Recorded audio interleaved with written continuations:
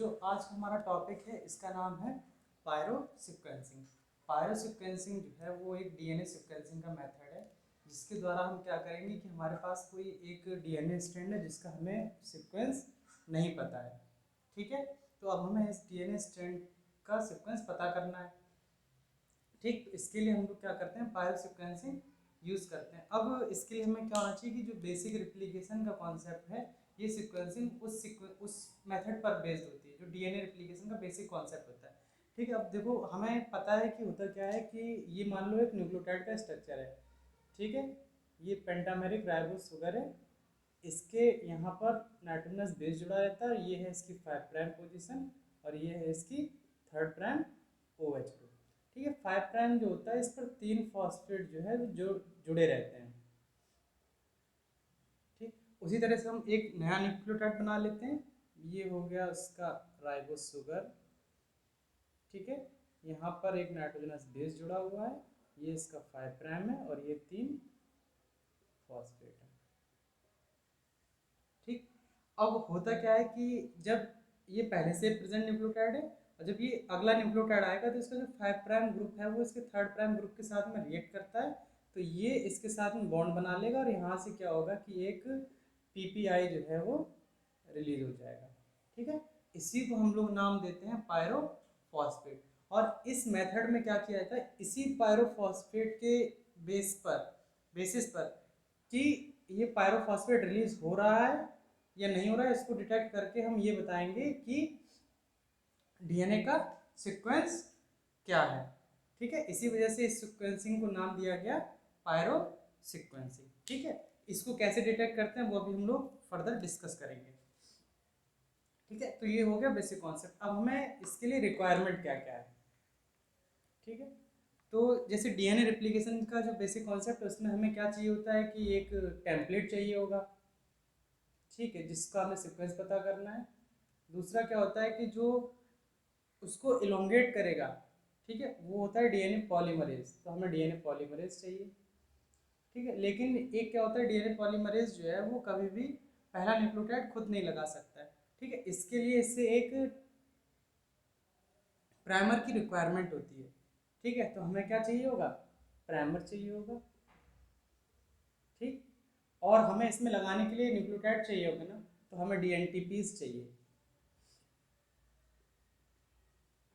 ठीक है, और ये हो गया हमारा डीएनए रिप्लिकेशन वाले जो मेन एंजाइम्स और जो सबस्ट्रेट हैं।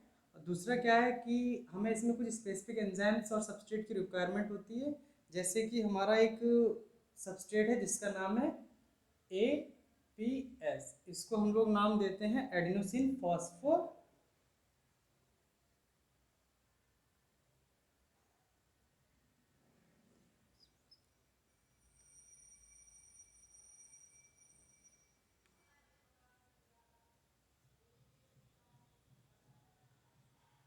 APS, adenosine फॉस्फोसल्फेट। ये सबस्ट्रेट है किस एंजाइम का, ATP सल्फ्यूराइलेज का।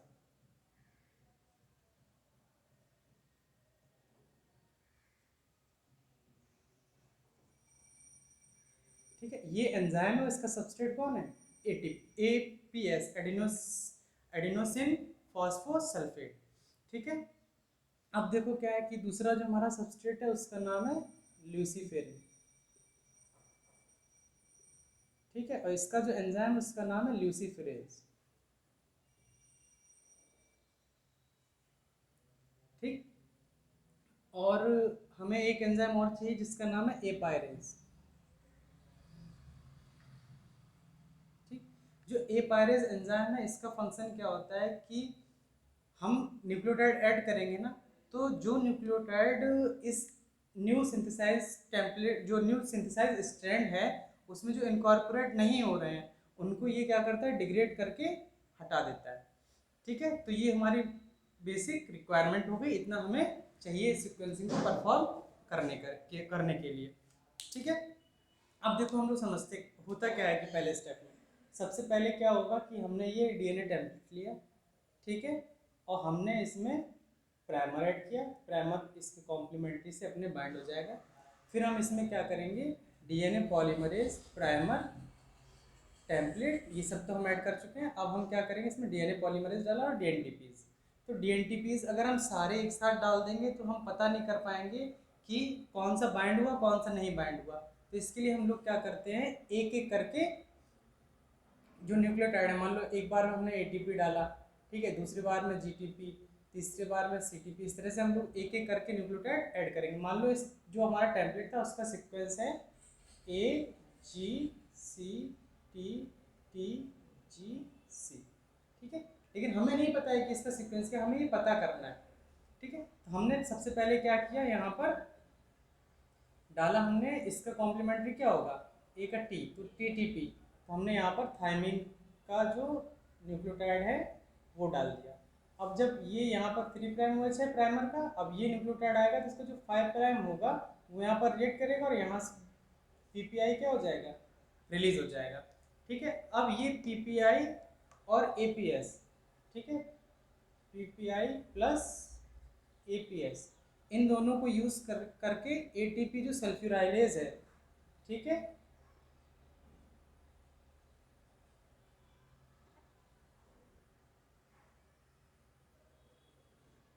ये एंजाइम जो है एपीएस और पीपीआई को जोड़ करके बना देगा एटीपी। ये हो गया फर्स्ट स्टेप। सेकंड स्टेप में क्या होता है कि जो ये एटीपी बनेगा, ठीक है, और जो हमारा ये ल्यूसीफेरिन था प्लस ल्यूसीफेरिन, इन दोनों को यूज करेगा हमारा जो एंजाइम है जिसका नाम है ल्यूसीफेरेज,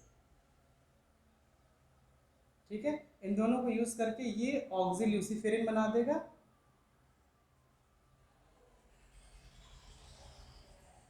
प्लस लाइट इमिट होगी, क्योंकि जो ल्यूसीफेरेज एंजाइम है वो लाइट प्रोड्यूस करता है, ठीक है। तो जो ये लाइट इमिट हो रही है इसको डिटेक्ट करेगा और इससे हम पता कर पाएंगे कि न्यूक्लियोटाइड ऐड हो रहे हैं या नहीं हो रहे हैं, ठीक है। तो ये तो कंडीशन तब आई जब हमारा न्यूक्लियोटाइड जो हमने यहाँ पर इसका जो था सेम कॉम्प्लीमेंट्री वाला यूज़ किया। अब मान लो कंडीशन ऐसी थी कि हमें तो पता नहीं है कि इसका सीक्वेंस क्या है, तो मान लो हमने यहाँ पर टीटीपी की जगह हमने यहाँ पर जी टीपी ऐड कर दिया, ठीक है। तो ये तो इसका कॉम्प्लीमेंट्री है नहीं, तो क्या यहाँ पर जीटीपी बाइंड होगा, नहीं होगा, ठीक है। उस कंडीशन में क्या होगा, जो हमारा ए पायरेज एंजाइम है इसको हम यूज़ करेंगे, क्योंकि ये यहाँ पर इनकॉर्पोरेट तो हुआ नहीं तो पीपीआई भी रिलीज नहीं हुआ होगा। तो जो ए पायरेज क्या है, ये अनअटैच्ड न्यूक्लियोटाइड जो है, जो इसमें पार्टिसिपेट नहीं किया, इसको क्या करेगा, डिग्रेड करके इसको खत्म कर देगा, ठीक है। मान लो हमारा अगला है जी का कॉम्प्लीमेंट्री होता है सी, तो हम सीटीपी न्यूक्लियोटाइड यूज़ किया, ठीक है। तो क्या होगा, उसमें भी पीपीआई रिलीज होगा, ठीक है। फिर हम लोग जो अगला सब्सट्रेट है एपीएस यूज़ करेंगे और इस तरह से ये रिएक्शन क्या होगी, चलती जाएगी और हम इस तरह से पूरे स्ट्रैंड का कॉम्प्लीमेंट्री पता कर लेंगे, ठीक है। अब इसको हमें जैसे ग्राफ में रिप्रेजेंट करना हो तो हम लोग एक तरीके से रिप्रेजेंट कर सकते हैं। देखो, जैसे मान लो इसका कॉम्प्लीमेंट्री है ए जी सी टी टी जी सी, तो इसका जब बनेगा तो यहाँ होगा thymine cytosine guanine adenine adenine cytosine और ग्वानिन। तो इसको अगर हम ग्राफ पर रिप्रेजेंट करना चाहें तो यहाँ पर हमारे न्यूक्लियोटाइड हो गए, तो टी सी जी और ए सी जी, तो जो पीक मिलेगी हमको, यहाँ पर हो गया पीक, तो कुछ इस तरह से। अब एडेनिन के यहाँ पर डबल है ना, तो यहाँ पर हमें जो पीक मिलेगी वो कुछ ज़्यादा होगी, ठीक है। इस तरह से हम लोग इसको ग्राफ पर भी रिप्रेजेंट कर सकते हैं। अब देखो CSIR में प्रोबेबिलिटी क्या है कि किस तरह का क्वेश्चन पूछा जा सकता है। ये पायरो सिक्वेंसिंग अनदर मेथड है डीएनए सिक्वेंसिंग का।